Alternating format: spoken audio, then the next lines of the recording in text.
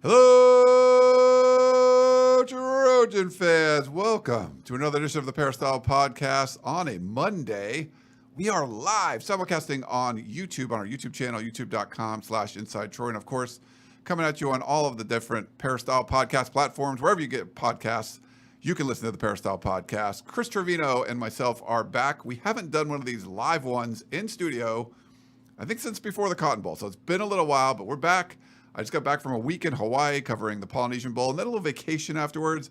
Chris is back, was down in Dallas for the Cotton Bowl. He was also in San Antonio for the All-American Bowl. But we're all together again, and we're going to do a Peristyle Podcast here. Lots of stuff we want to get to today because we got to talk about USC's schedule release. We got to talk about Calif going across town. My guy, Calif, transferring to UCLA. I want to tell you all about what was going on in the Polynesian Bowl. A lot of USC targets, signees there, but also a couple targets, some big name guys that we want to get to over with that. But I want to welcome in Chris Trevino. He's right over here if you're watching us on YouTube.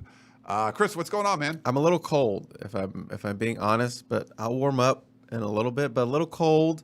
Like you said, we haven't done a live in a while. I think the last live I did was the 2-star one with Gerard on December 21st. That sounds weird to say out loud, but I think we've done a couple podcasts, but I don't think we've done live. So it's been a minute, is what I'm saying. Yeah, that was a big one.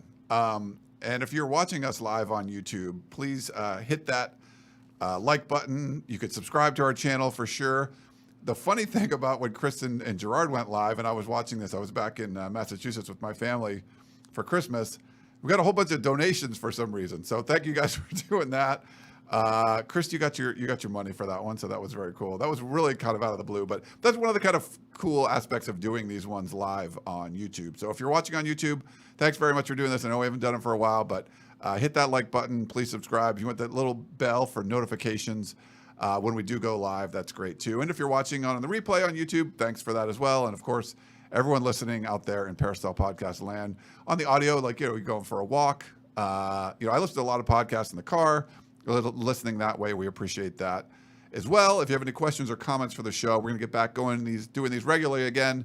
Podcast@uscfootball.com is the email address, or you can call or text us at 424-254-9141. We got a couple of voicemails to play for you today.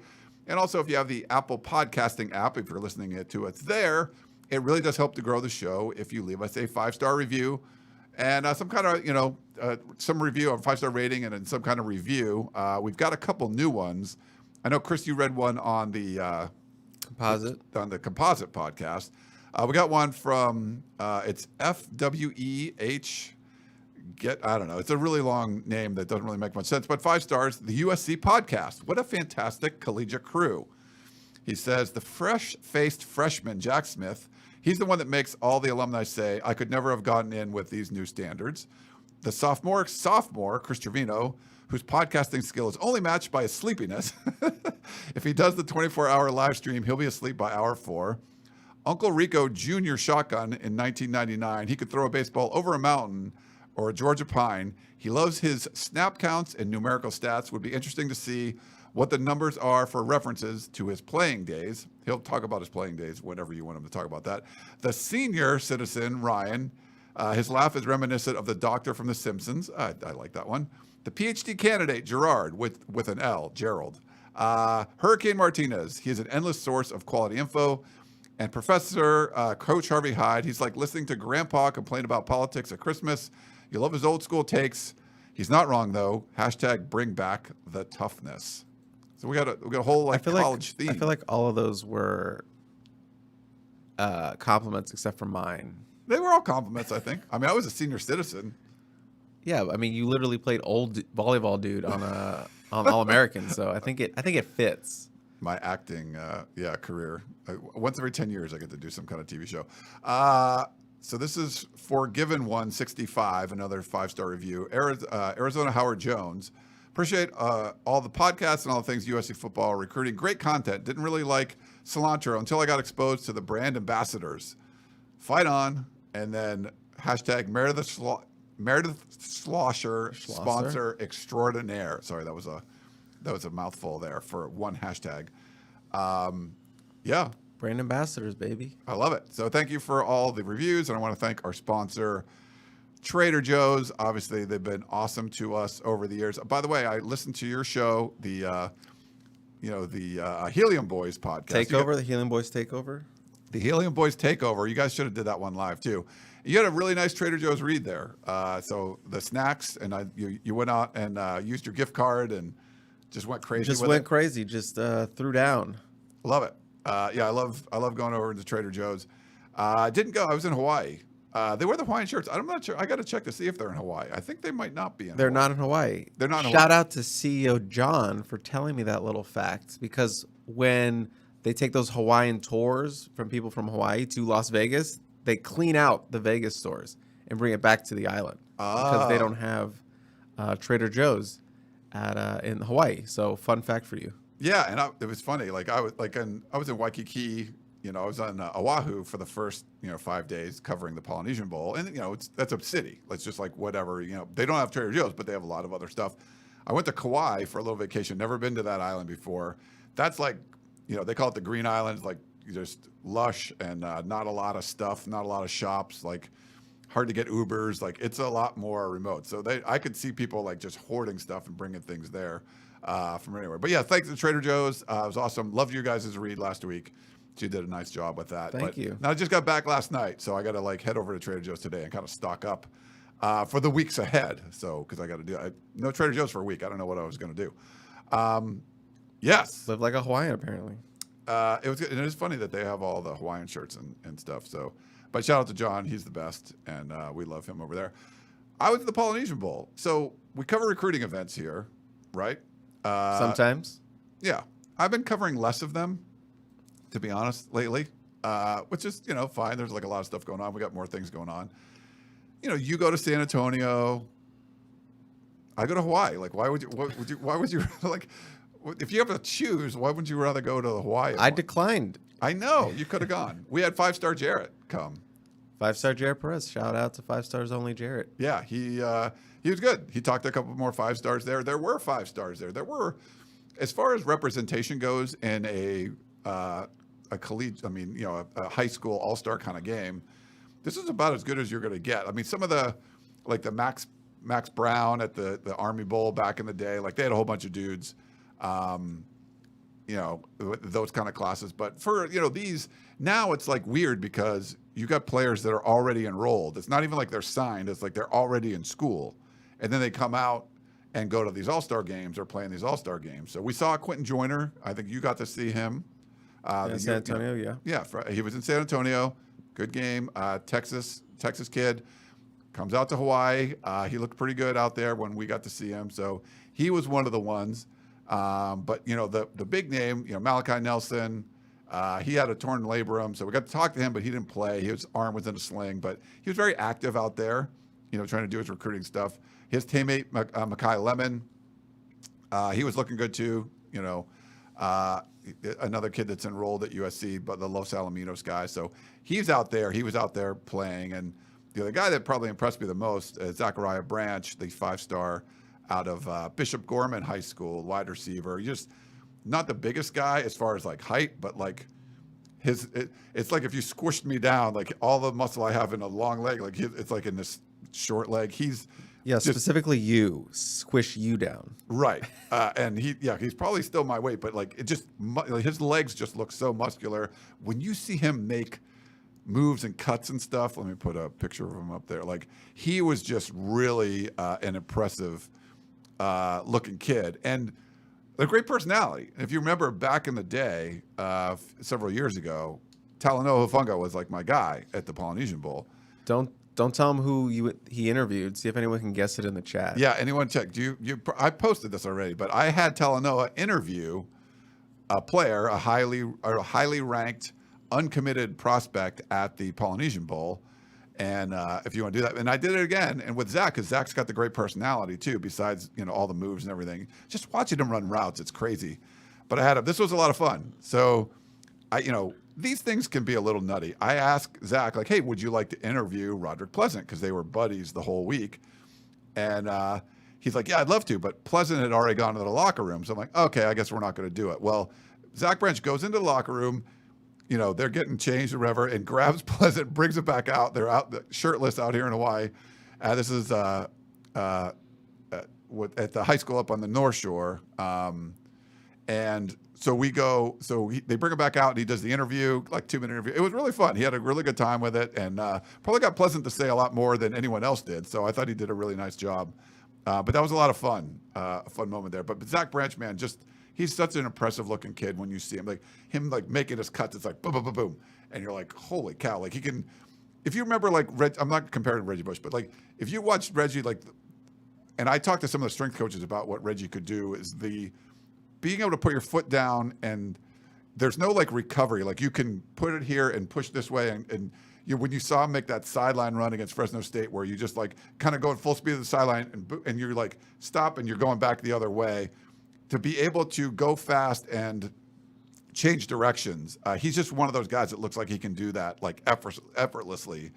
But it's probably because of the strength of his legs, man. He can jump, he can run. I mean, he was really impressive to watch. I know you weren't trying to compare him to Reggie Bush, but Reggie Bush is the name that gets thrown out a lot with Zachariah Branch, especially on the Peristyle. A lot of people throw out Reggie Bush in terms of, his explosiveness, his playmaking ability. I mean, just go watch his highlights, and you can see a little bit of Reggie in there, even though, he plays wide receiver, not a running back, but he can do a lot of things, and I'm sure Lincoln Riley is drooling over the aspect of getting to toy with him in his offense and move him around, do some of those little wide receiver bubble screens, give him handoffs out of the backfield, reverses, all those kind of things. Because one aspect you didn't talk about, which, him being physically a beast, even though he's, small in stature, is that he is super fast. He runs a legitimate 10-2, 10-3 type speed. And if he could be a track star. I mean, he ran track early in his career, stopped doing that to focus on football, but legitimate 10-2 speed, 10-3 range. So, yeah, USC is getting a lot more speed on offense with him coming in. They did they do these challenges during the week. During practice, they'll kind of stop practice in the middle and do a challenge. And one of them was like a 40-yard dash. They had some bigger guys run. I think he ran against Malachi Crawford. Coleman. I'm sorry, Malachi Coleman. Nebraska signee. Yeah.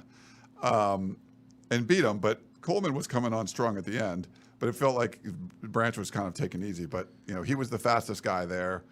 Track guys their legs usually don't look like that, like the sprinters and stuff sometimes. But, it was, very impressive. But no Rodrick running in the fastest man challenge, because he would have smoked everyone, because he's legitimate, Olympic aspiration type sprinter. Yeah, and I'm not sure why. They just kind of picked a couple of dudes. And maybe they knew it wouldn't be fair if Rodrick ran. Branch asked Rodrick about who would win, and Rodrick was saying he's faster, but Branch can jump higher. So I'm not sure. Sure. We had nobody. I don't think anyone in the chat said who I had Talanoa Hufanga interview. No one guessed it? Penny Sewell. Do you remember him? But, huge offensive line target. USC's missed on so many of those guys. Didn't work, but Talanoa did a great job interviewing him. So that was a lot of fun. A couple offensive linemen too. I didn't get to watch as much of Amos Talalele, but he was there. He thought he was going against some really top talent on that. I think it was team. I forget which. He was on Team Mackay. There's Team Mackay and Team Malka. It's land and sea, and he did a really nice job against some of the highly ranked players over on that team. And then I got to see Mackay. Was it blanking on his Micah? Yeah, I'm sorry, Mike. I saw it. Yeah, Micah was Micah Banuelos, future center of the program. I was really interested to see how those guys. Banuelos did. He was really good. When I watched, they didn't do a ton. They didn't do any in pads, which kind of stunk. But they did more one-on-ones on Team Malka, the team I was looking at, than where Jarrett was, Team Mackay. And Benuelos got to go against some of the top, defensive players. But every time I saw Benuelos, Amos was able to go. Telele. Yeah, Telele. And then Benuelos, when I was watching him, he won all of his one-on-one battles. He was mentioned, but when you talk to like Brandon Huffman or Blair Angula, when they saw him, like, yeah, he just looked really good. Footwork, hand placement, all that kind of stuff. So a couple of, they're not like 5-star offensive linemen, but guys that look like they can definitely be big-time contributors when they get to college. Yeah, I mean, Micah is probably the second highest rated offensive lineman they signed behind Elijah Page, who is a consensus 4-star prospect. But Micah is a 4-star in the 24/7 sports rankings. Not as big as the other guys, maybe 6'2", just over 300 pounds. He can maybe be kind of a Justin Dedich kind of guy who can come in as a center, and he played offensive tackle for his offensive line in high school, but projects as a center. That's where Josh Henson wants him. Josh Henson, his specialty is center. So if he's tabbing you as the center, it's like, yeah, he sees that potential in you. So I'm going to assume he's going to start out as a center. Could he work at guard down the line? Sure, absolutely. We've seen it with Justin Dedich, but I would think his primary focus is going to be preparing as the center of the future for this USC offense and, going into that Big Ten season. I think he could be the backup this year. I think he really could.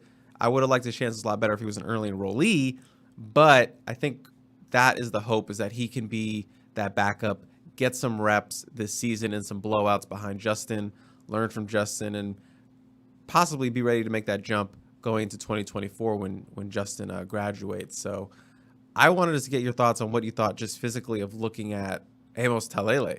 I saw him up close in person when we went up to Cal for that game, and talk about a guy who just stands out. 6'5", 335 pounds, just an absolute monster of a man.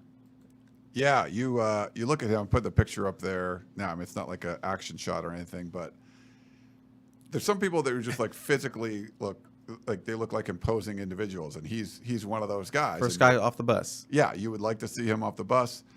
Like I said, the competition he went up against, he was more than holding his own and all that. So it looked like he could play too. And when you're talking about, you got Josh Henson and you're trying to bring in, you had like 14 offensive linemen or something on the roster, and there was just guys that weren't going to. You didn't see a path for them to be like, all Pac-12 kind of offensive linemen. Like, you look at those two guys, and you could see both of them being potential all Pac-12 offensive linemen.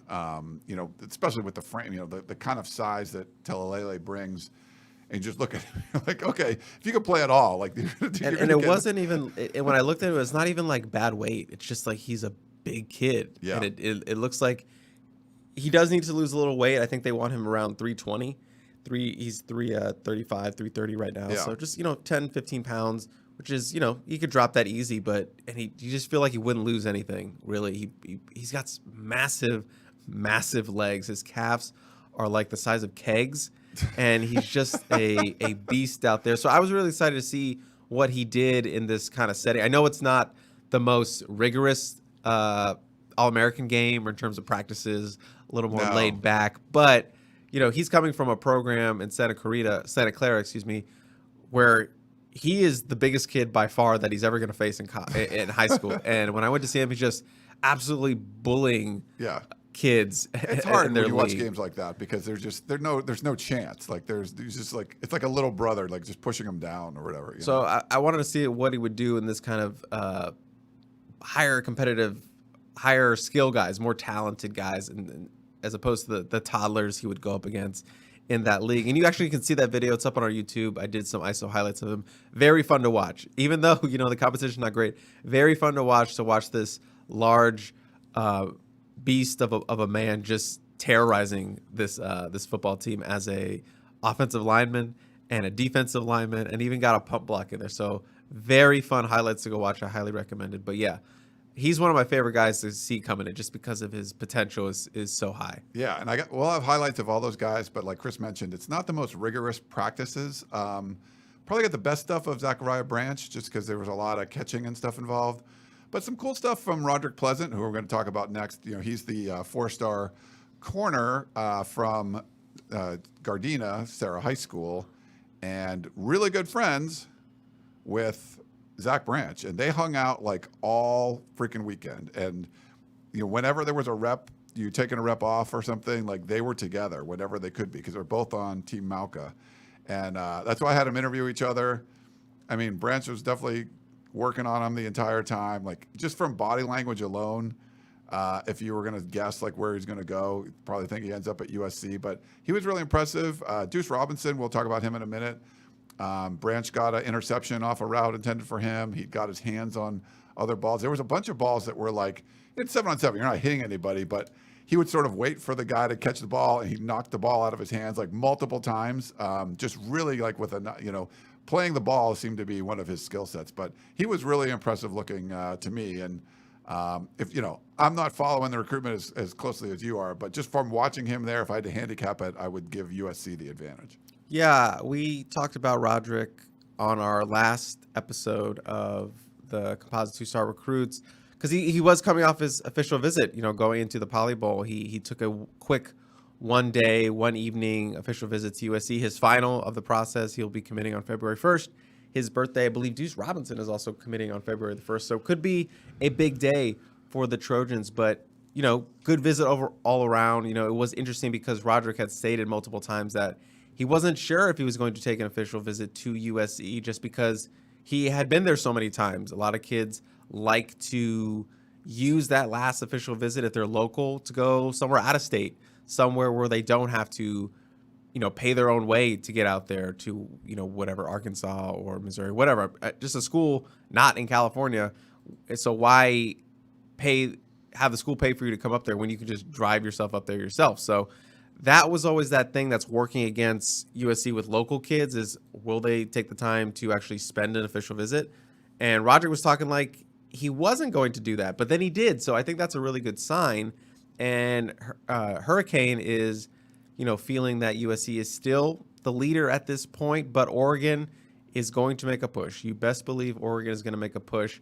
It's going to come down to the wire, and, if Oregon's going to try to come in there and make a late steal for it, I would probably lean on the side of him being a USC lean right now, but we know the Ducks will come in the next couple weeks. They will come going to that February 1st signing announcement date. So you got to watch out for that. USC has to be diligent in recruiting him. It's great to see that, Zach, Malachi were all doing their part to get him that feeling of what it would be like to be teammates with them, hanging out at practice and stuff. So we'll have to see, but that one's going to come down to the wire, and it's going to be close. Yeah. By the way, we got some. Ethan White. Chris was so worried because so mad. Breaking news while we're recording. I'm not. You have to talk because I'm doing this right now. Do you want to give a real quick who tell everyone about Ethan White? No, that's your job right now. I'm so mad. I'm so mad. So we're doing this live here. I'll put Get me off the screen. I'll put it on me. Okay, so yeah, poor Chris. So USC actually let me put this. I have a picture up on the screen. They tweeted it out. He tweeted out. It's official. Ethan White. Let me get it.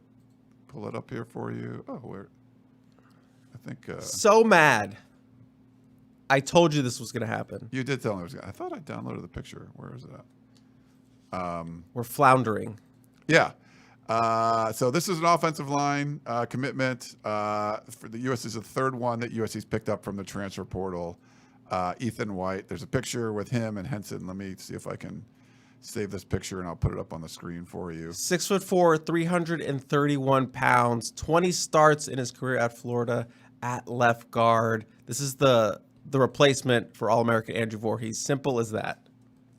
This is a big time, when you're talking about guys that we were talking about bringing in from high school ranks, USC has to start recruiting the high school ranks, right? You have to be able to get back there and bring in some. They just were neglecting that for a long time. They were bringing guys that were just like projects or really aren't worth. They weren't worth that much. You have to recruit those guys, but are they going to be ready in year one? A guy like Ethan White will be. Here, I'm going to put him up on the screen for you. Sorry, Justin. So this is the picture they just tweeted out. Big Ethan White at the Coliseum. Chris knew this was going to happen. So mad. So Chris, did you have that? Yeah, there's a story up right now. You can go read it. Is the story up there? Okay, so the story's up right now. Trying to do all these things. You wanted a pod on Monday. I wanted the pod on Monday. We weren't really sure. We had a question from SC Dad. How many years of eligibility? He is a second-year junior, right? So I think I would assume he has 2 years left, but I'm assuming this will be his final year. Has a great year, go to the NFL. That kind of thing, yeah. So like a plug-and-play guy on the offensive line, and they're not easy. It's not easy to do to bring in guys like that. So this is a third transfer coming in. Obviously, it's a big deal, and that's why Chris is kind of scrambling, and he's upset that he was not on the breaking news, but just send out a text alert. So if you're a USCFootball.com subscriber, especially the text alert subscribers, you can get in there and do that. And USC does need 4- and 5-star offensive line recruits. And I think the guys they have coming in this class, it's a big class, that's going to be the future. Like those aren't going to be the guys probably blocking for Caleb Williams, but they're going to be the future on the offensive line. And I feel like that's where you have to build that. And that's going to take a little while. They're a year or two development, things like that. But you see a guy like Amos Talalay, like he looks like a dude. He, maybe he loses 15, 20 pounds, and by year 2, redshirt freshman, he's a starter or something, or Micah Benuelos, like same sort of thing. You don't want them necessarily competing, for a spot in year 1, but you want them on the 2 deep. You want them to be the backup guy, and maybe they have to come in later in the season. But you have one more year of Caleb Williams. You want to be able to bring as much firepower around him as possible.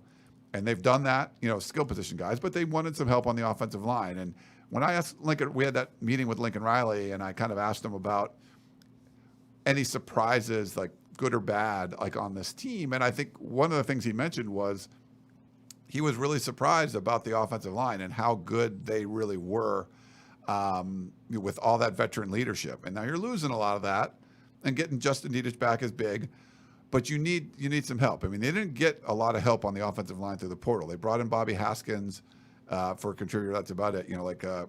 Cooper Lovelace, we'll see if he's able to help out. But going to the portal, getting 3 guys this offseason, plus some highly ranked guys from high school, I think it's a good long-term play, long-term upgrade, potential for USC. I have Chris on camera, so you can kind of see him watching. He doesn't like that. But yes, so big stuff, big news out of the transfer portal. As you know, last week the transfer portal closed, so there's no more entries in the transfer portal until May, but there are still players that are in the portal that USC and all the other schools are recruiting. So we can kind of talk about that. I'll move on, and let me, I'll clear this out because let Chris finish up his stuff. The other uncommitted prospect from the Polynesian Bowl that he came one day late because he was playing basketball. Duce Robinson, 5-star tight end, but he mostly played wide receiver for the Poly Bowl practices out of Arizona. And it looks like it's down to USC and Georgia for this one.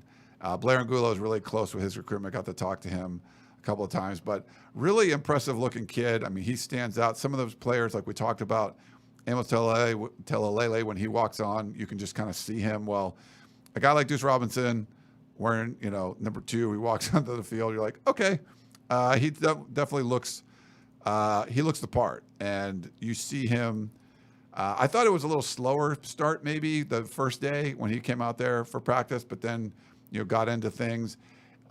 He really, Nico, the transfer, the Long Beach prospect going to Tennessee, was thrown to him on 3 or 4 times in a row on this 2-minute drill. Seemed like those guys were talking quite a bit. But yeah, to see him out there catching balls gets a lot of attention. Obviously, Georgia does a really good job with the tight ends. But, I don't think USC's out of this one yet. We'll get kind of Chris's opinion on that. But he's the other uncommitted prospect that was there, the big-time recruitment, big-time recruit target for USC. Pleasant, who we talked about, and then Duce Robinson. Chris, you want to come back on, or are you still? I'm still doing something. He's still doing his stuff. So, Give me 2 minutes. Give me 2 minutes. Yeah, no problem. Yeah. So interesting breaking news there, and we're going to talk about the kind of overall portal stuff. Like I mentioned, the portal is now closed for new entries. You can't go into the window is closed. The NCAA is trying to compact those times when guys can just leave the program. So you're not going to be able to leave the program you're at until after spring football. But you still have early February, still have the traditional signing day. There's still players committing, just like Ethan White did today, from the portal.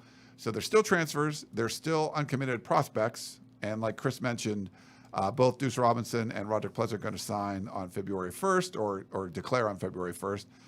So then it gives players an opportunity. Well, if say you're a linebacker and you're the school that you're recruiting, you picked up a bunch of late linebackers, and now there's more competition. You go through spring ball. You don't like where your position is. Then you can enter the portal again in May. So there'll be another flurry of portal kind of activity in the second period in May. But right now you can't go into the portal anymore. So if you're upset, first week of spring football, you're going to have to wait. You have to go through spring football. You don't have to. You could sit out. But you won't be able to immediately enter the portal. You're going to have to wait to do that. But the players, like I mentioned, that are already in the portal, there's still a ton of unsigned players. Some because they just haven't decided yet. Some because they have been hard for them to find a home. Unfortunately, that's one of the realities of this as well. You'll kind of see that going forward. But yeah, so the portal stuff for USC, very active in year one of Lincoln Riley. And I think he's done a really good job of kind of addressing some of the needs in year two. I know a lot of people in the comments were talking about defensive stuff. They signed a bunch of guys, brought in guys from the portal on the defensive side as well. But they also on the offensive side, you got to replace guys like Jordan Addison and Travis Dye and stuff. But skilled players, you're going to be all right. I mean, they've bringing in Singer from Arizona. Got a couple of 5-star high school kids coming in. Those guys can contribute right away. But I think Lincoln Riley, just from talking to him in that morning session we had with him, he knew that they had a veteran offensive line and they were going to need some help there. So besides the defensive side, the front seven especially, trying to bring in guys, now you're seeing a real strong push to really bolster that offensive line and protect Caleb Williams a little bit. You don't want to see him get hurt like he did late in the season there. Chris, you I'm at a place where I can focus and possibly talk to you now that when something happens I go in tunnel vision. We have to go back to that. Yeah. But I get locked in. I got a bunch of things to do when breaking news happens. I just got to go burrow into my little hole. Right. And I don't want to talk to anybody. So what's up, Brian? So I blacked out for Ethan White. 2 minutes. Yes. We put up the picture of him. You mentioned briefly plug and play guy.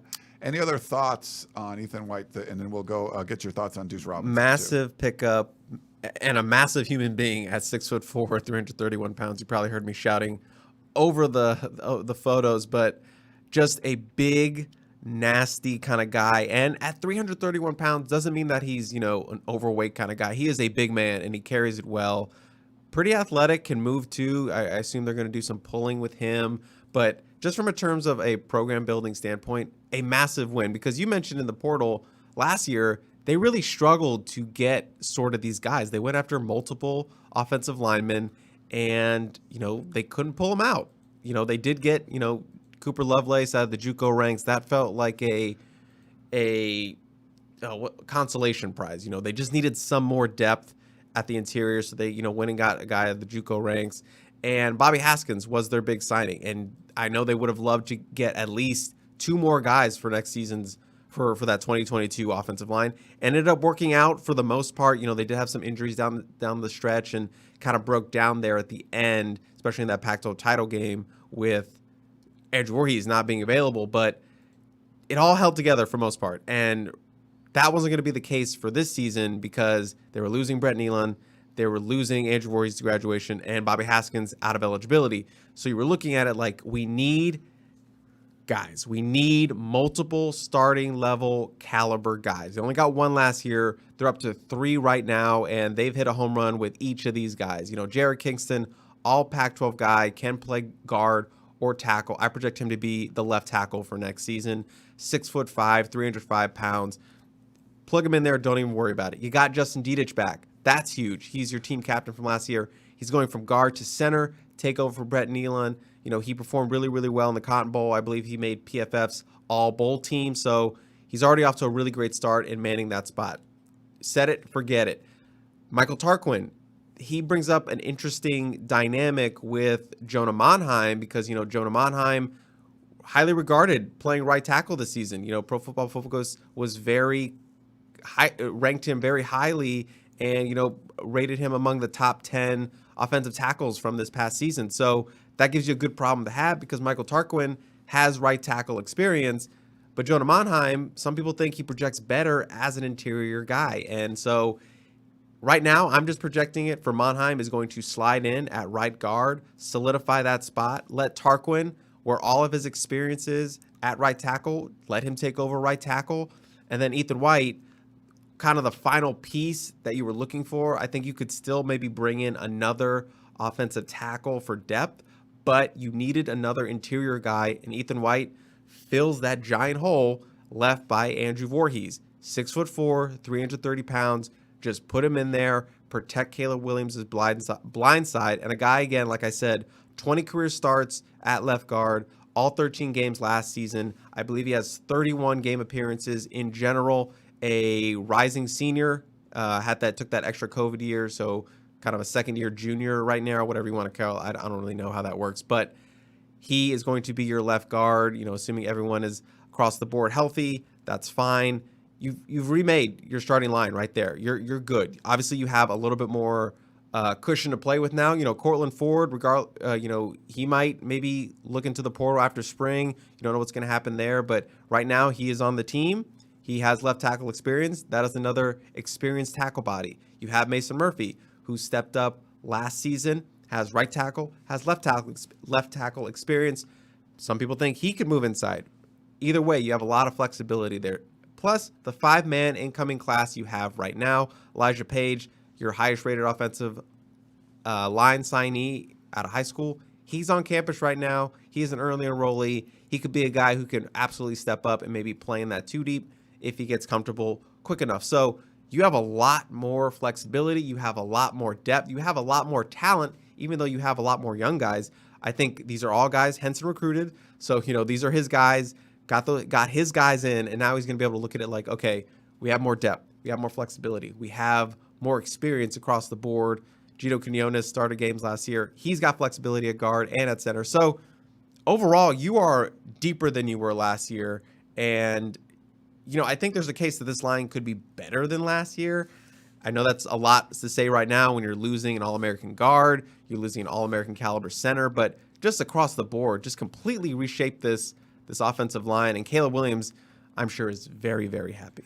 Yeah, it's one of those things where, you had this, if you looked at the house, if we're doing the house analogy, it looked like a beautiful house, but, if you went inside, it wasn't really, there was a lot of problems with it and stuff, but on the outside, it had a lot of curb appeal.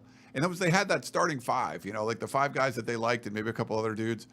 And they did pretty well most of the season, when they were together. This is more of now, the foundation's stronger. You've built a lot of internal stuff, the wiring's all better. The plumbing's been upgraded. This is a better, even the curb appeal might not be exactly the same. You don't have all the veterans and you're not sure with some of the guys transferring in, how they're all going to work together.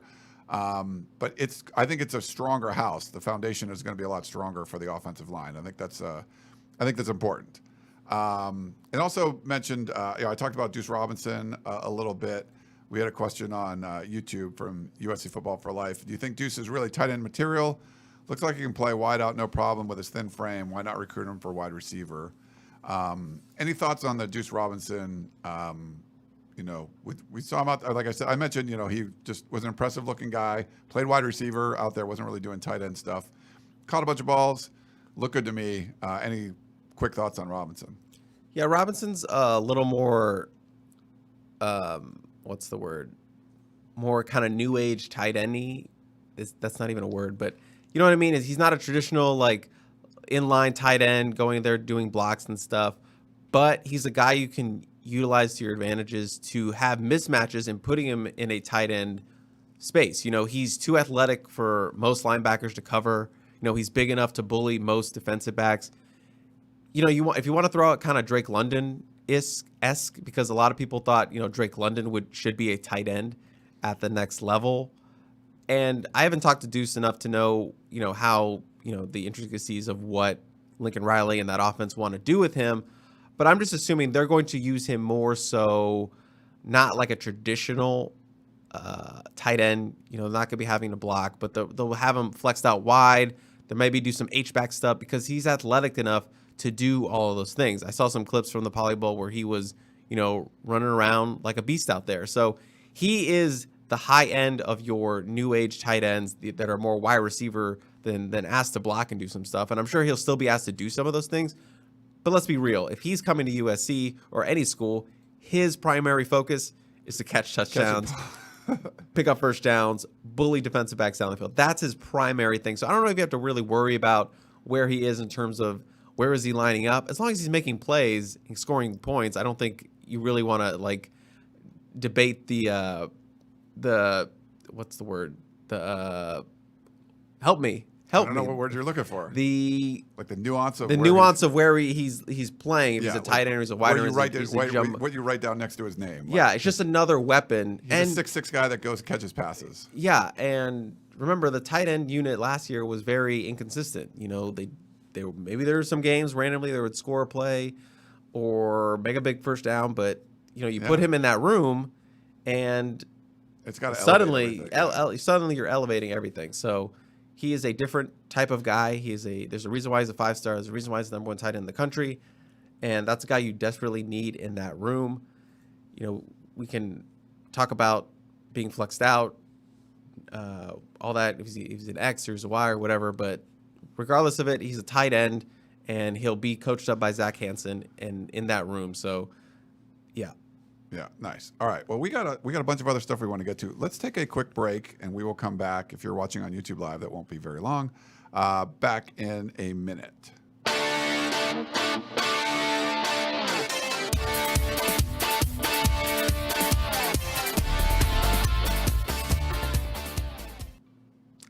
All right, we're back here on the Peristyle Podcast. So we got all that stuff, like kind of the Poly Bowl stuff. We had some breaking news. Obviously, that's a big. That was a big. It's been deal. a wild show. It's been a crazy one. I love that. A few other topics that I want to talk about. USC schedule came out, and I know you guys talked about it with you and Shotgun kind of went through it, pick games. We don't do all that kind of stuff, but just in general, kind of go over it.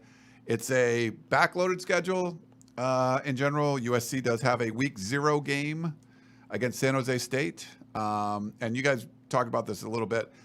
USC, as far as Pac-12 teams go, USC has the longest streak without a bye week. And I got clarification from people over at USC. It wasn't the Pac-12 trying to screw USC. The USC people told me the Pac-12 was very accommodating. They were trying to work with the Trojans.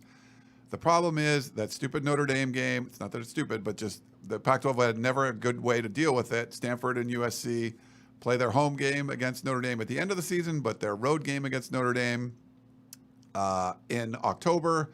USC does that on odd years. That leaves a late game, the rivalry week game. USC doesn't have a spot for that. BYU was the original filler of that spot, but they joined the Big 12, so they dropped out of that game. USC originally was going to go just 12 straight weeks, and what they were able to do is move, the week 3, try to get this game at week 3 with San Jose State, and kind of put that there. Now they've moved it up to week 0, and it became now you have 2 byes. You have a week 3 bye, and then a week 13 bye. So San Jose State kind of came into the week 3 to fill the void that BYU left, and they got a waiver to move it to week 0. So that means USC plays San Jose State August 26th, Nevada on September 2nd, and then Stanford on September 9th. You get a bye in that week after the Stanford game. Then you go 9 straight weeks. And then the final week of the season, which is, the Thanksgiving week, USC has a bye then. So it's like a bye in the last week of the season doesn't mean much. But in USC's case, if you're trying to make the Pac-12 championship game, it gives you a bye before the Pac-12 championship game, where the team you're playing could be playing a short rest because they're going from a Saturday game to a Friday championship, and USC has a whole week off before that. So it could be tough to make the championship. Just we'll go over the stretch at the end. But I think that's just a nice aspect of this, that USC does get a bye week before what could be a Pac-12 championship game. They made it this year, didn't end up winning. If they make it in 2023, they would have a bye week going in before there, Chris. Yeah, I mean, I talked about this with Shotgun and length, but just a really tough schedule all around, much tougher than last year. Yes. Going to Notre Dame, going to Autzen. You have it's almost a flip of what you did in 2022 in that, in that back half of that season, you had some quote unquote, I guess, cupcake games, Ryan. You had Colorado, you had Cal, even though Cal, that was a shootout for a little bit. Arizona State, you had some weaker teams in that back half. Cal was a bad team. Arizona State's a weak team. I mean, they're just bad. And you had some bad teams in that stretch where you could kind of like get your bearings a little bit after that Utah game and then prepare yourself for that gauntlet of UCLA and Notre Dame and then Pac-12 championship game and then possibly college football playoffs. So you had that time you could kind of not relax, but it wasn't a murderer's row. This is a murderer's row. This is a much tougher run in the back half. Cal being the weakest team you're going to play, and that's on the road too. So no offense to Cal, but they are not like the rest of that back half schedule. But it's tougher. It's a lot tougher, and 9 straight just to get to the Pac-12 championship game with that bye week will be greatly appreciated. But you got to get there first. Otherwise, it's just a sad bye week, right? Otherwise, it's just a sad bye week. But I think my initial predictions was 10-2, just first off the rip looking at it. So I'd love to hear what your thoughts are. Maybe if you go game by game or just give me your top projection off the top. Real quick, San Jose State, Nevada, you're going to win those games. Stanford is still terrible. They got Troy Taylor now. So you should be 3-0 going into the bye week. 2 road games against, teams that have hit the portal hard in a good way. Now, Arizona State lost a bunch of both teams have lost a bunch of players. Arizona State and Colorado, new coaches. Everyone's excited about Kenny Dillingham. Obviously, Coach Prime, everyone's excited about that. But these are going to be overmatched teams that are on the come. They're going to be good soon, not this year. Sort of like Arizona was this past year, goes 5-7. But you knew they were going to get better under Jed Fish, the transfers and everything like that. So there should be 2. You should be 5-0. Coming home to play Arizona. Again, a team that's, doing better. USC took 3 of their better players away. I don't see that being a problem. And then, if you're 6-0 to start the season, it's great. That's what you want to do. On the road at Notre Dame, they upgrade the quarterback spot. And so we'll, with the big transfer there, that's always going to be tough. Drew Pine threw for 400 yards against USC or something, or what? What he did? He had a good game. It was 900. It was 900 yards. 900 yards. Utah at home. Obviously, Utah's had USC's number. You got to take care of business there when you play them at home. You get a little break going at Cal, who I think is still going to be pretty garbage. They're worse than I thought they were going to. 2022, I thought they'd be mediocre. They were pretty bad, even though they threw Calif threw for 400 yards, I think, at USC or something. Who was the quarterback transfer? He transferred out again. The guy from Purdue. The transfer from Purdue, I'm blanking on his name. Jack Sullivan? No, that's the Jack Plummer. Jack Plummer. Yeah, he came in. Look, I knew it was Jack. You said Purdue. I immediately went to new USC signee Jack Sullivan. Yeah. But I was close. He looked like a Heisman candidate against USC secondary. So Cal's going to be a mess. I don't think you're going to lose that one. Obviously, at Notre Dame and Utah are losable games. Getting Washington at home, the way that offense is clicking, and we'll see. Michael Penix hasn't stayed healthy. This is going to be late season. Their schedule is going to be a lot tougher than it was this past year. So we'll kind of see with that. Going to Autzen for Oregon, obviously going to be a tough one. But they get Bo Nix back, but you get a new offensive coordinator. How are they going to look? We'll see there. UCLA, losing your 8-year starter and DTR. They do got Kyle Ford, though, so that's going to give them a huge advantage. I think they're all, USC can win all of these games, obviously. I feel like they're going to do like an 11-1 thing again, just having Caleb Williams back and do that. You could see you losing that Oregon. Maybe you lose one of the other ones, like a Washington or something with shootout capabilities. But all you got to do, if you lose a game, that's fine. You go 11-1. Who cares? You lose at Oregon. You're going to get a chance to play whoever you want again on the, with rest in the Pac-12 championship game. So it's a tougher schedule. You got some really good home games. Washington, UCLA, Utah, some great road trips, Notre Dame, Oregon. So yeah, I think you start off fast, and then it's just like surviving the end of the season because it's going to be a long stretch and it's your toughest games. Oregon's kind of like got a tough schedule, but they have like breaks in between. Like you're playing Cal between like, I don't know, I haven't looked specifically, but you'll have like a Cal between like a Washington and an Oregon State kind of thing, where USC's going like, at Notre Dame, Utah back-to-back, and then the Washington at Oregon, UCLA back-to-back-to-back. So that's going to be the tougher part is just big game, big game, big game. But you remember the end of the season, like USC had UCLA, Notre Dame back-to-back and did really well. And, 2 close games, but they won them both. So they're going to have to do that at the end of the season. And if you lose one late and you hadn't lost it all and you go 11-1, you should be in the championship game again. And then you have a bye week, you can rest up and have a really good shot of going to Vegas and getting the win. I had Notre Dame and Oregon as losses. And could happen. Shotgun didn't like that. I don't think they lose both, but both, obviously, they're losable games. For me, it all comes down to the defense. Like, I don't know. If the defense is as terrible as it was this past year, you're not going to go 11-1. I'm banking on the defense getting better. Sure. And we can all bank on that. But I don't know if you can bank on it, but my prediction is based on the defense getting better. My prediction was based off, I can't trust it yet until I see it. And I won't see, and you won't really know anything until that Notre Dame game.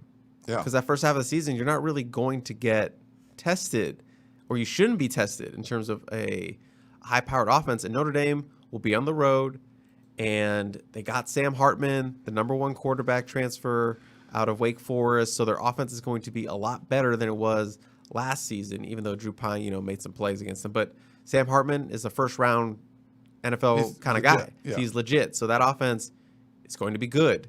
That defense will be good. So are they going to run the slow mesh? I'm not even sure. Like, it's kind of weird. Like, you recruit a quarterback from like a really funky.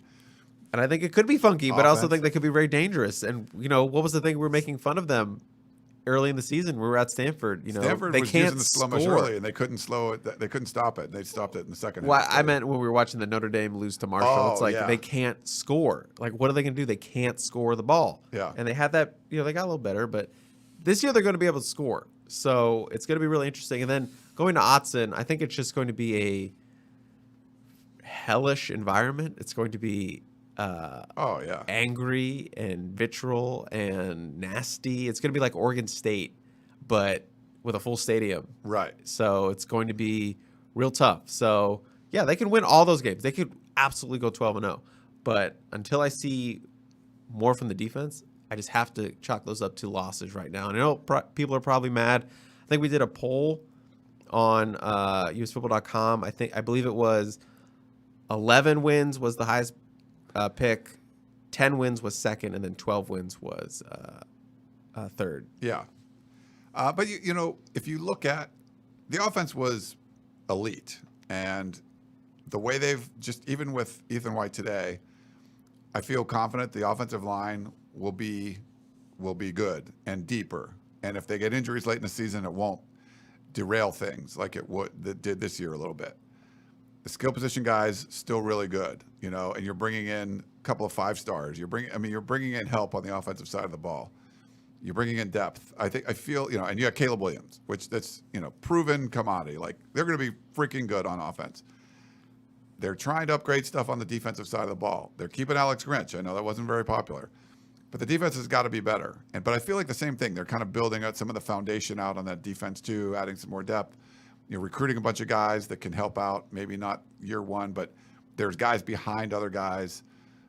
Maybe Rajon Davis now is going to be a big part of it. So if the defense is just somewhat competent, which they were not competent in 2022, I think you can win all those games because your offense can put so much pressure on the opposition by scoring all the time. It's just those games they lost where they had 2-score leads and they couldn't push it to 3, and then they couldn't ever get a stop. It's like, just get a stop every once in a while. I mean, they beat UCLA because you got to stop, They need more playmakers.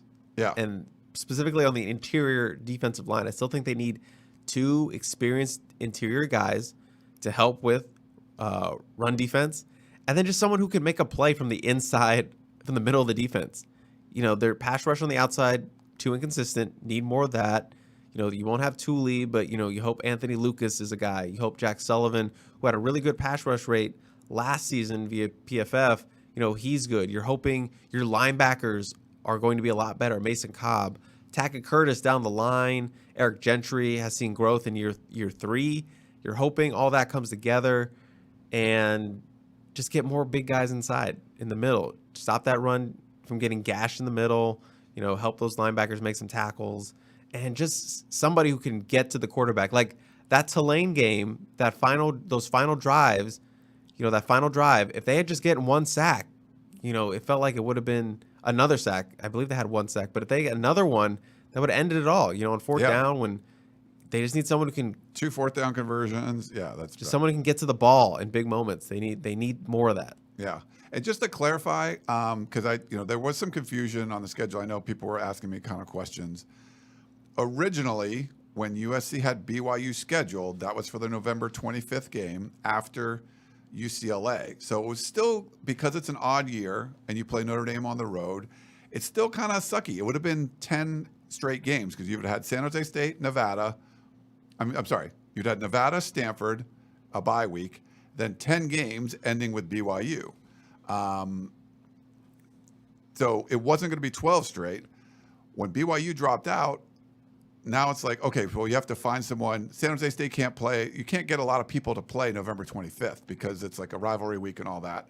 You're not going to play an FCS school. So you're going to get San Jose State, but you're going to have to put it in week 3.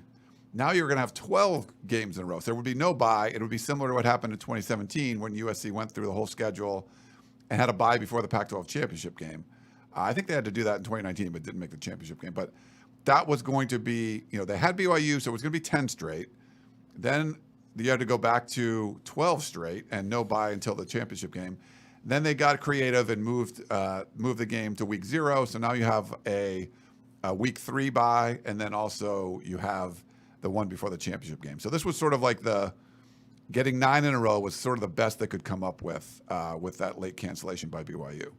Just to clarify, if there were people that were confused, because I was confused too, and so I talked to the people at USC, and that was going on. Real quick, Cal Ford, buddy, my buddy. Yeah, I'll let you do 20 minutes. You need 20 minutes on this? No, 20 minutes. We don't have a lot of time. You gonna cry? Going to UCLA. So really, I'm happy for him. You want to see players succeed, and he had some opportunities, but like a lot of the USC receivers this year, Chris, like they had opportunities, but not tons. Like one game they would have, maybe it seemed to be like 2 or 3 plays in a row. You would target this guy who hadn't been targeted all game, and maybe not even the previous game, and then he makes some plays. UCLA was the biggest one. I put one of the touchdown catch there. He had some, huge moments in that game. He's a big reason why, part of the reason they won that game. But yeah, going to go on and transfer to UCLA. Lindo White had some not so nice things to say about it. I know when people transfer to a rival, but for me, it's like the mobility is something that's important because coaches can move all the time. We've seen a lot of USC coaches go from USC to UCLA. If you feel like it's your best opportunity, you want to stay in Los Angeles, you have another, being in LA, if you're UCLA and you want to stay here, you want to leave that school, or USC, you want to leave and stay in LA, there's another school you can go to. And he's doing that. But I think he'll get more opportunities. He could see himself being like a Jake Bobo, where at USC, what are you, 5th, 6th or something on the overall list? So yeah, I know it's a bummer. A lot of USC fans don't like that he's going to UCLA. But he was my dude, and I just, happy. I hope he has a big year and gets to go to the NFL. I know he's had a lot of injuries, fought through a lot of stuff, but yeah. What have you noticed about the move to UCLA? I think the first thing I noticed is the fan reaction, obviously. Yeah. And it's been two sides. It's been bummed that Kyle Ford didn't make it out and USC didn't, get more opportunity or have, better stats or whatever. But he made some big plays, especially this last season. He's one of my favorites. Yeah. Wish he got more time. Wish him the best. And then the other side, it's F Kyle Ford. How could you do that? How could you be a Bruin? You're no longer a Trojan. You're not a former Trojan. You're a traitor.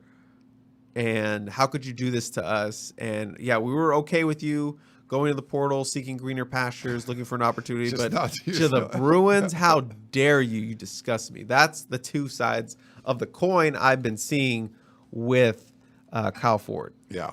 Well, I wish him well. I know maybe,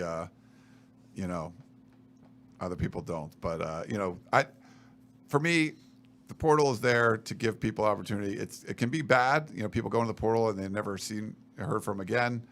But, a lot of times we've seen players just find a new environment and excel. And he would have got opportunities in 2023, I believe, but probably not the consistent, I'm the number one or number two guy kind of thing. And that's Probably would have been similar to this year. It probably would have been. And UCLA, they're a running team, but we saw what Mike Bobo did when he came in.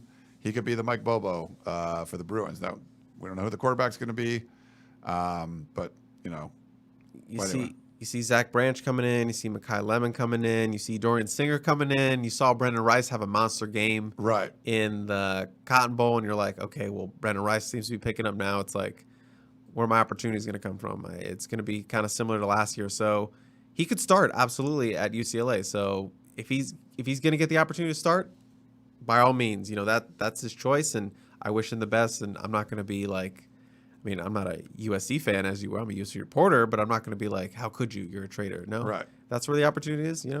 That's where the opportunity is. Robert said he could have gone to any team besides UCLA and Notre Dame. He's a jerk. I don't know if he's a jerk just because he went to school. Yeah, I don't know if he's a jerk. Because you went to a school I don't like, you're a jerk. How many? That's going to be.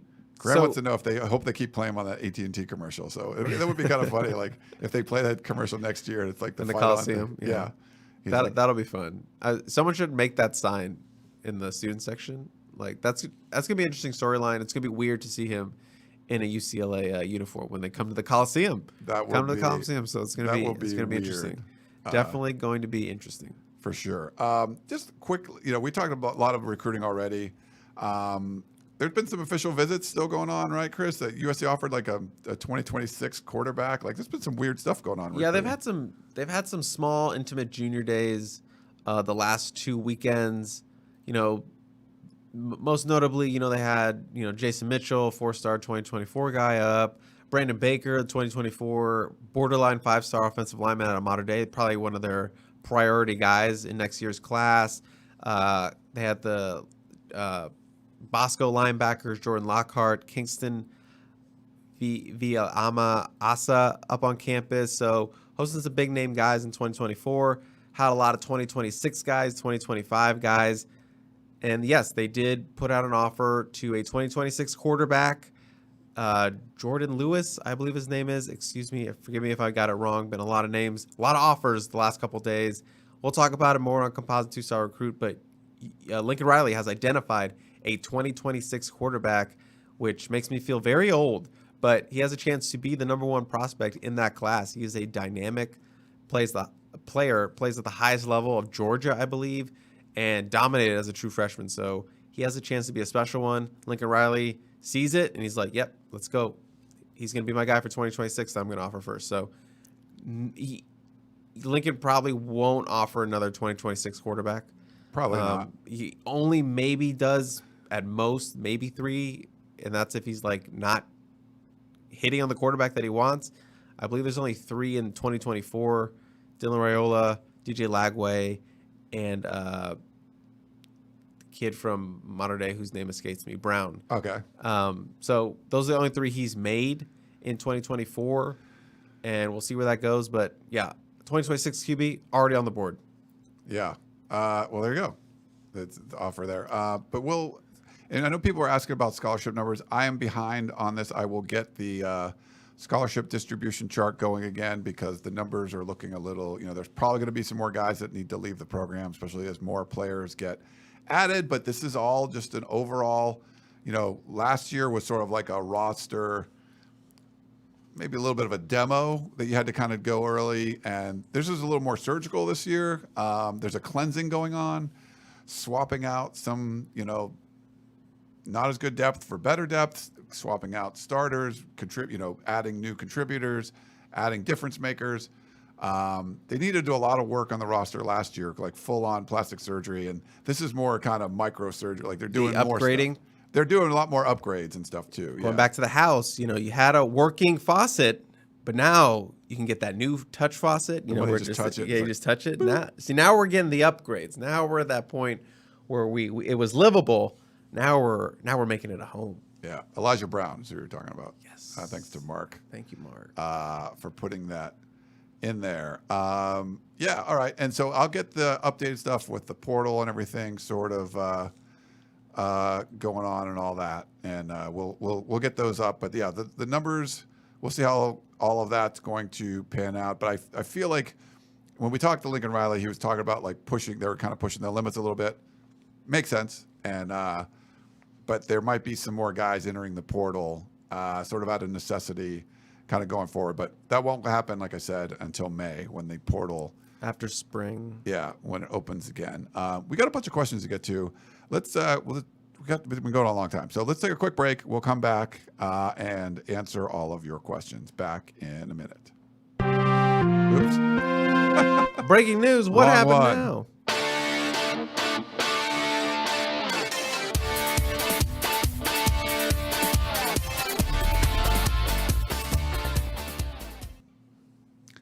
All right, we're back here on the Peristyle Podcast. We're live on our YouTube channel. If you are watching on YouTube, please smash that like button. We really appreciate that. And share it with some friends. Tell them about the Peristyle Podcast. When we go through the off-season, we'll try to get a consistent time going. We've been doing Tuesdays. Maybe we'll keep doing that, Chris. Whatever is going to work for you. But we want to do the live shows. We want to do these on video so you can kind of see us. And if you want to get what's going on here, you can, watch us live, or you can watch the replay, or you can listen to us on any of the podcasting platforms. It looks like we might have some was there some news? Someone posted like breaking news. Somebody was leaving the program or whatever, but what? I don't know. Are you guys messing with us? You're just trying to screw with us while we're, what are you talking about? I don't know. Is it in the chat? Yeah, it was in the chat. It says more breaking news about a USC offensive lineman leaving the program. Maybe it was. I don't know. I didn't see that on Twitter. We're doing the show, so sounds like they're trolling you. That might be a little trolling. Trolling me, the kind of stuff. Let's go to some questions. We have a voicemail to start off. This is about a transfer, a potential Oregon transfer going the defensive line. I think Keanu Williams.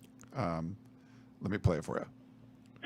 Yeah, I was wondering, I noticed on The Athletic that they mentioned that we may need to add additional defensive linemen and or a linebacker.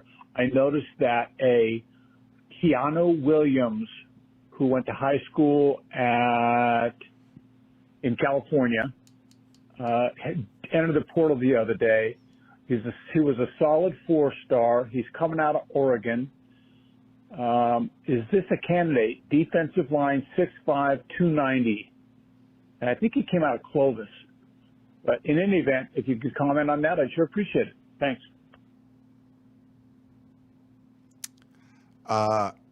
Yeah, I was close to this recruitment. Keanu Williams, I remember this kid. That was 2019 class.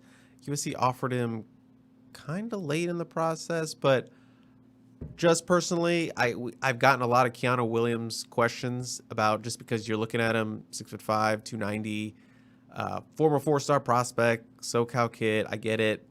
I would personally not dip into that.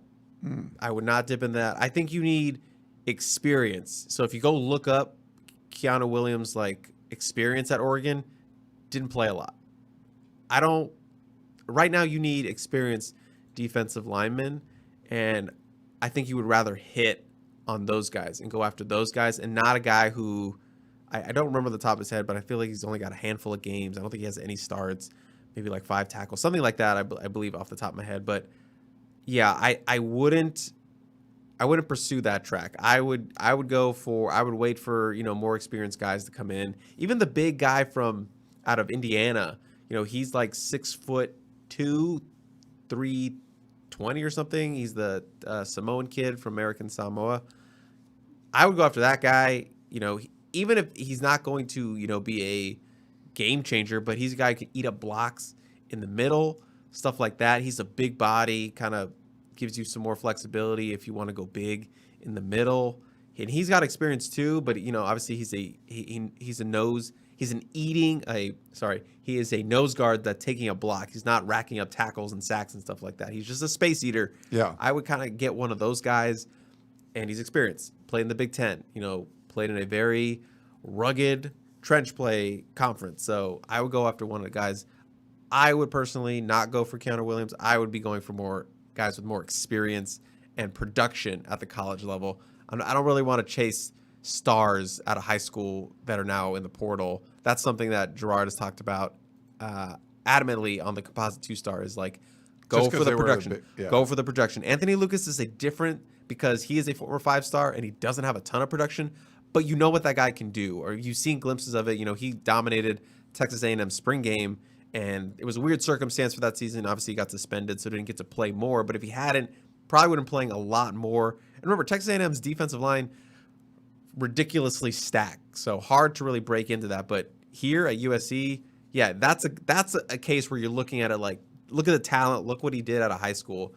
But he's still so young compared to where he was in high school. So that's a case where you're looking at it like, this guy was a 5-star last year. He was a true freshman. We get it. Take him, grab him.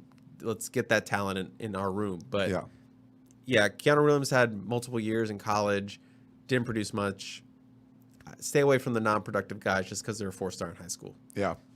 We do have some, I guess you call it breaking news. So thanks. I didn't see this on Twitter.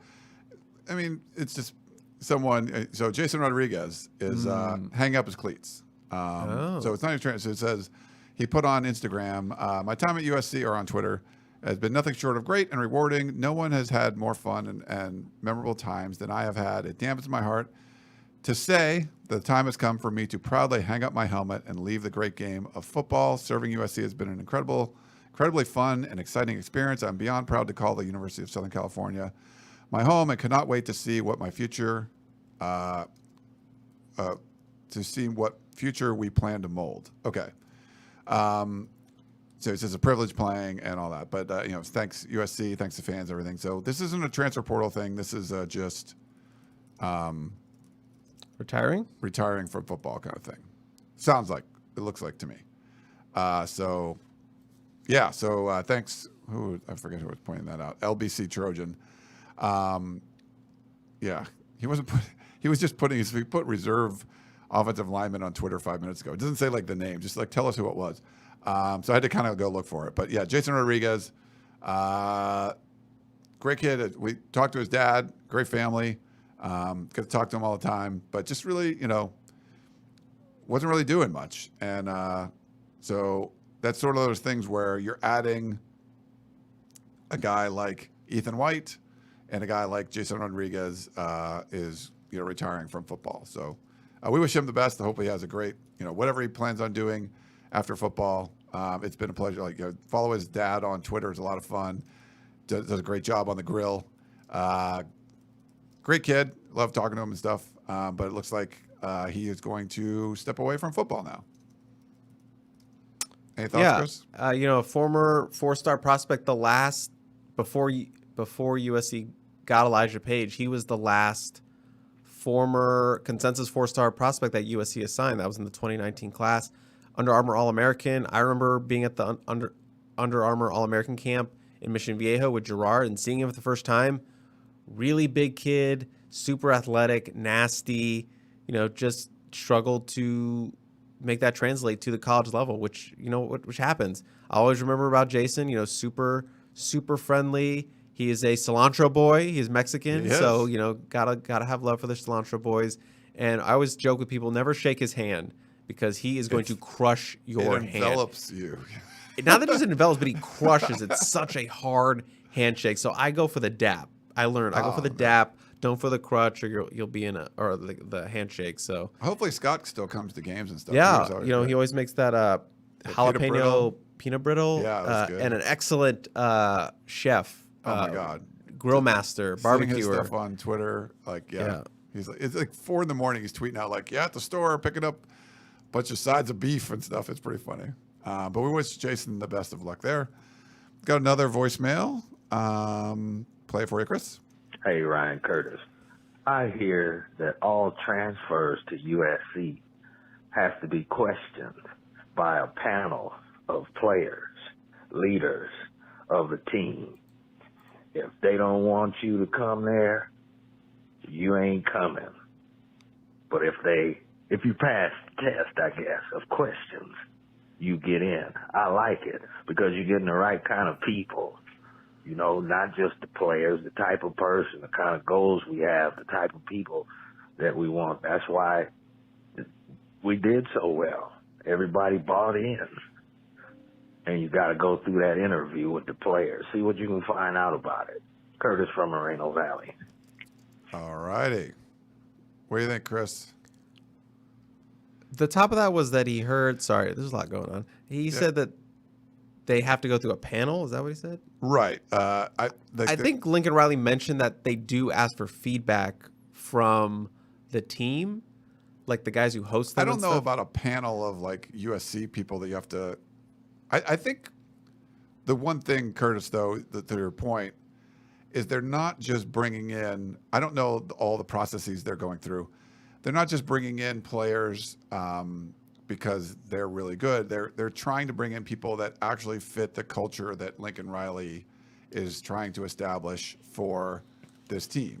So when you see a guy like Travis Dye, who was, doing so good at Oregon and had a great run there, coming in and instantly becoming like one of the leaders on the team, someone that he wasn't like, hey, I'm here for myself. He was like calling out players. Like he was trying to make the team better. He's here to build something. Yeah. And I feel like that's the kind of guys there that you want to give Lincoln Riley credit because it's not just, hey, this guy was a 4-star or 5-star coming out of high school. Let's bring him in now. I think they're trying to get people that fit the culture too, that can contribute on the field, but also, be part of the team and not would just be, if you're bringing in Jordan Addison, who's a Blitnikoff Award winner, and you think he's just going to come in and try to catch 100 balls and leave and not even be like a part of things. Like, no, I mean, we see that happen in like college basketball where, and I think even like women's softball, like you would recruit a pitcher from like Australia or something. She would pitch for like the season and never even like go to class and then just go and leave. And I don't think they're trying to bring in people that are going to be a part of the whole team. And if they got to be great players, but it's not just that. I think if that's Curtis's point, if that makes sense. Yeah, I think they definitely vet them to fit. Yeah. But I don't know if it's a full panel or such. Yeah, I don't know if if you have like a student, like how they would have an opportunity to have like a whole bunch of students like interview you on your way in. So I'm not sure where you saw that, Curtis, or, but yeah. But in general, it's not just, okay, you're a player. If you think you're going to come in and disrupt the chemistry in the locker room, then that would probably be. It's cliche, but find the right kid for the locker room. But yeah, there's a reason why it's cliche. That's why it's how you should do it. Yeah. One thing I forgot to mention, that California bill that they're trying. It's Chris Holden is an assemblyman. He's trying to put through the College Athlete Protection Act. They did some version of this before, but it would basically allow Division I schools in the state to pay or force them to pay student athletes their fair market value, which would be an equal share of half the team, so whatever the team you're on, their annual revenue minus what your cost of scholarship is. So most schools, the football team makes all the money. So whatever half the football revenue was, they would split that up between the players. The problem is, there's a lot of problems with this, but and I don't know enough about the bill, but the way college athletics works is the revenue sports subsidize the non-revenue sports. And I know there's some contingencies in the bill, like you can't cut sports if you have coaches or administrators making more than $500,000 a year, which everyone does if you're at a big-time school. But that half of the football annual revenue is paying for the other sports. So I don't know. This is an interesting one. It could have ramifications. California was the first to put NIL through, and it took off. You know, all the other states started adopting it. The NCAA allowed it because it was happening.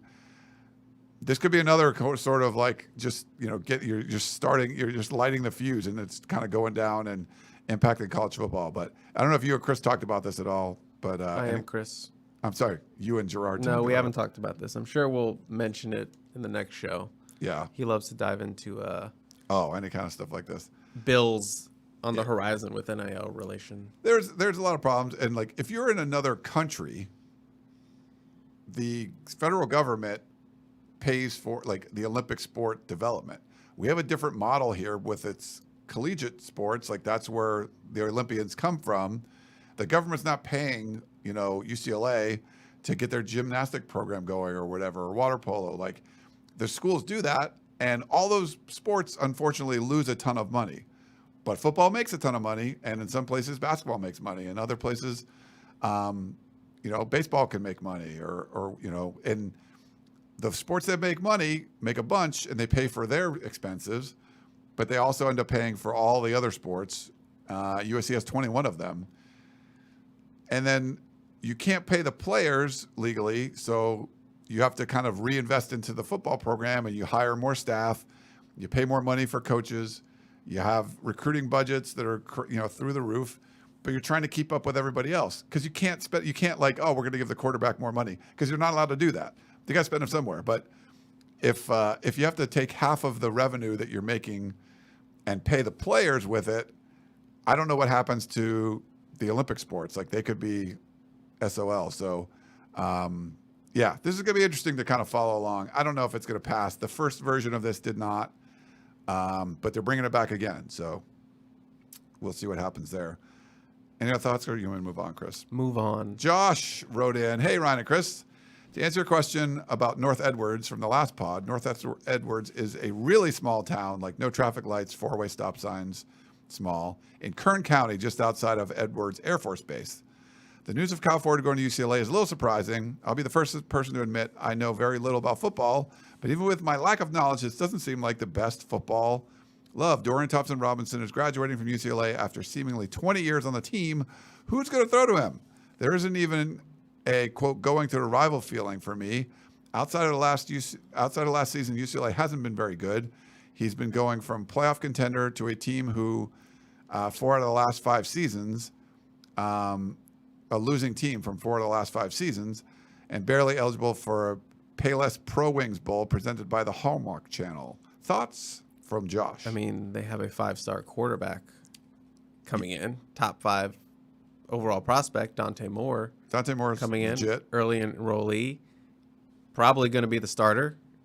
So, yeah, he'll have growing pains, but he is a supremely talented quarterback, and you need wide receivers for your supremely talented quarterback to throw to. So, I see on paper why it makes sense. You know, they have a 5-star quarterback, guy under center is going to be talented. Yes, he'll have some moments of freshman mistakes, but you know, you can grow with him. You can win some games. Yeah. I mean, you're leaving a Heisman Trophy quarterback, right? Like, obviously, he's good. You have a playoff contention type of team. But maybe a way to look at this would be is it's the weekend, June, and you got 2 free passes. You and your girlfriend are going to Disneyland. And, you know, but the lines are like 2 hours long. You don't get to do as much. But you're in Disneyland. You're in the happiest place on earth. You got free tickets, which is great. Or they're like, hey, Knott's Berry Farm is closed for a private event, but you can get in and you can go do all the rides, and you can it's like you're a big fish in a little pond over there. And going to UCLA, he can be that. He could be that guy. He can be the guy at the wide receiver spot versus one of many guys at a team that's got a higher ceiling. And I get it. Like, do you want to go to Knott's Berry Farm and have the rule of land, or you want to wait in the line at Disneyland? I don't know. I mean, I think that's more about what's going on here. Does that make sense to you, Chris? I wasn't your cleanest analogy, but sure.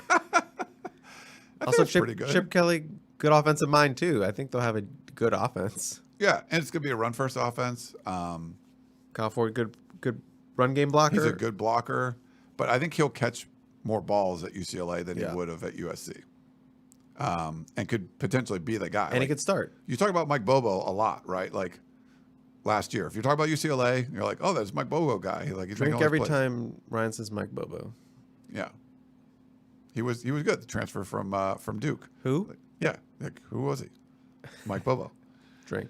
John in Oakland. Ryan and Chris, I'm really nervous about the upcoming 2023 football season, looking at the daunting Pac-12 schedule that USC has been given. That while USC should be better, so will Oregon, Washington, and Utah. Defenders of Coach Riley, keeping Grinch, have pointed to Texas and the second-year improvements their defense have made after Sark chose to retain their defensive coordinator. However, he also added defensive-minded former head coach Gary Patterson to his staff with the title special assistant to the head coach. Do you think Riley should try something similar? Fight on, John in Oakland. That is interesting, and they did bring in Gary Patterson. Didn't help them beat TCU, but they're, I don't know. I mean, we haven't seen Riley bring in kind of guys like that. Clay Helton did a couple times, and it seems like they sort of needed some of that. But yeah, I'm not sure if they would bring in like a defensive guru or someone else to be like a special assistant.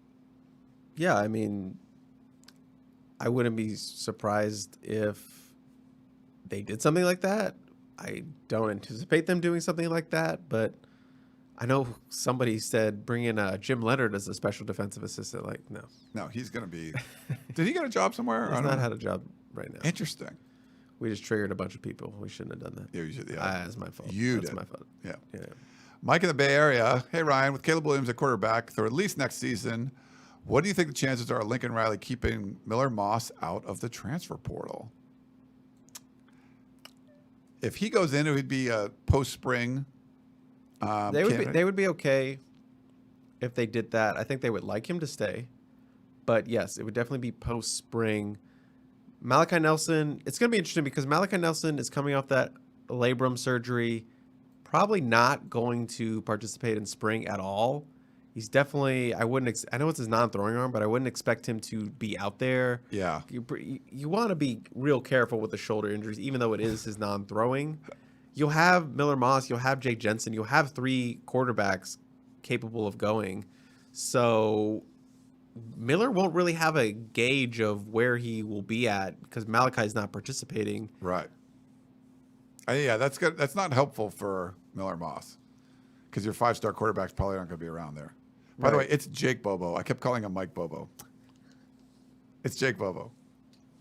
I'm gonna be honest. I did not realize. I know you didn't. You were making fun of me just because I said it a bunch of times. But I said it a bunch of times. Mike Bobo did not sound right to me. But also, what do I know? So, Jake Bobo. Who's a Mike Bobo? I'm not sure. Mike Bonebo. Mike Bone. No. Bo. Thanks, LBC. It'll be after spring, but it's going to be interesting. It's definitely going to be interesting because Miller Moss could definitely beat out Malachi Nelson, if that makes sense. Yeah. For that second team job. It's just will he want the second team job, or would he prefer to go somewhere else and maybe be a starter? But he would have less time to learn the offense if he leaves after spring. So there's a lot of different decision-making trees that are going about this. So I think they would be okay if Miller Moss left because you would still have three quarterbacks. You have Malachi Nelson and Jake Jensen. Yeah.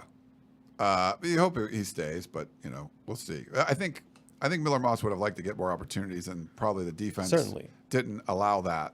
They were in closer games than they should have been. We got a couple YouTube questions. We'll get out of here. Cameron, do you think the offense is set for 2023 with its recruits and transfer portal guys? Do they need more on the offensive side? I mean, if you get Duce Robinson, splendid. Yeah. I think they would only add another wide receiver if it was like a big-time major dude. Yeah. And you might add Jacoby Lane as well. Took his official visit this weekend. The 6'4" Arizona wide receiver that did not sign in December. Only USC signing that did not. So between Duce, 6'6", Jacoby Lane, 6'5", you're getting some big size there. If you bring those two guys in, you sign those both those guys, and then maybe another transfer offensive lineman, maybe another tackle just for more depth. Those would be the only really three things I think you would really want to be adding for this offense. Okay. Those are the things I see. And then Craig wrote in on the chat, how will the late bye week affect the Trojans' college football playoff rankings and Williams' Heisman chances? I think they'd be at a pretty good spot, like if they ran that gauntlet. Yeah, their gauntlet is set up. So if you do well the end of the season, do what you're supposed to do, you're going to be you could lose a game, be 11-1. You have a bye week, so it does help your college football playoff chances. Or if you're close, like if you're 11-1 team, the bye week helps you in the championship game. So that gives you a better chance to win the championship game, which would give you a better chance of making the playoff. Not being active in the final week of the season for Caleb Williams, you're already kind of decided at that point. And then if you put the cherry on top at the championship game for the Heisman, so I don't know if it impacts the Heisman at all. It's more the late season gauntlet is where like everyone's going to have your eyes on. And I think the Pac-12 did a nice, the Pac-12 did a nice job. A lot of the marquee games are later in the season. So like you could have, what was great about the Pac-12 this year is you had like 5 or 6 teams ranked. You needed some non-parity too. You needed some really garbage teams, and there was garbage teams that everyone just beat up on. But like you have an Oregon and Washington game that's earlier, but a lot of these big games are later in the season. When USC goes to Eugene, that's when Washington's playing Utah. So stuff like that's happening later in the season. So you have a chance for all these teams to be like in the top 15 and then play each other at the end, as opposed to like playing early and like losing and then never kind of getting back into the rankings. But all these teams could kind of get off, 4-0 starts and then start being ranked and everything. And that's good for the whole conference. So. Yeah, I don't think it hurt that much. No. Because you'll still have plenty of opportunity to build your resume. Yeah, the most important thing for Caleb Williams is that he already won the Heisman, so it makes it really difficult. If he goes absolutely bonkers and the team's undefeated, he would have a chance. But like you have to the numbers would have to be redonkulous. And he was just the turnovers, like how few turnovers he had. Like how are you going to repeat that? Like that was just so hard to do, Yeah, his primary focus is getting back to the championship game. I know as fans, you look at it like, I want him to win another Heisman, but he's one that, it's so hard to win it again, but he just wants to win. He could have, you could argue Bryce Young, was more important this year than he was the previous year, but he wasn't, really in that kind of thing. And maybe, he went through the whole season with, 1 turnover or whatever. It was, so, and then at the end had a few, right? So he still won the Heisman and, added a few late turnovers.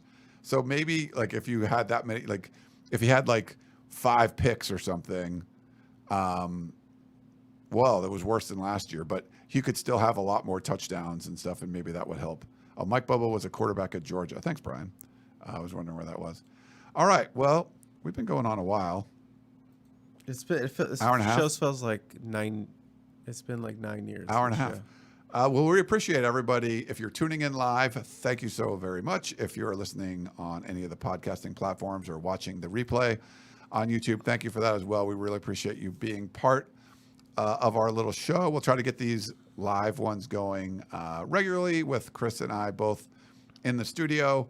We are still planning to do a Cilantro Boys live one on signing day, right? Yep, so that is still we'll do that on track. Gerard is off the grid. Took a little staycation, a waycation for his birthday. It was his birthday. That's true. So he's off the grid, but we got no donations. But when you and Gerard did it, tons of donations. That's Ryan awesome. said he's going to come through this time. Is that true? What? For this live, for signing day. Yeah, I will help out. I'll be around. He'll be around. Yeah. He's going to monitor the money. That's all he's going to do. I was just like, hey, you got paid? Come on. Yeah. You know who else got paid? YouTube got paid. YouTube takes a lot of the money. 30%. It's crazy of that cut. how much they take. But yeah, it was just so funny because I didn't even know chat revenue or whatever was a thing. Like people, but they had so many questions that people were posting so they could get their question to the top and everything. So. Yeah, I don't expect that much for this time around, but we greatly appreciated the crazy amount of money that we did got. That was crazy, and we did not expect that. We got like our first like $5 donation. Like, oh, that's fun. Maybe we'll get $15, not $700. We didn't expect that, but there were people fighting over who was donating. It was so much fun. So I'm excited to see what it looks like the second time around. Maybe we'll do some more fun things for this show. Maybe we'll plan a little bit better than just like going off the top. But I'm aiming for 5 hours. I want to go 5 hours. We did 4 hours last time, and this time I'll record it, the whole thing, because I forgot to record the first 30 minutes. Right. Well, I'll probably be in studio to help you guys at least get it going and everything. But all right. Well, that's going to wrap it up here for Chris Trevino. I am Ryan Abraham. Hope you guys enjoyed the show. Make sure you check out uscfootball.com for lots more coverage of all of everything that we talked about. And we will talk to you next time.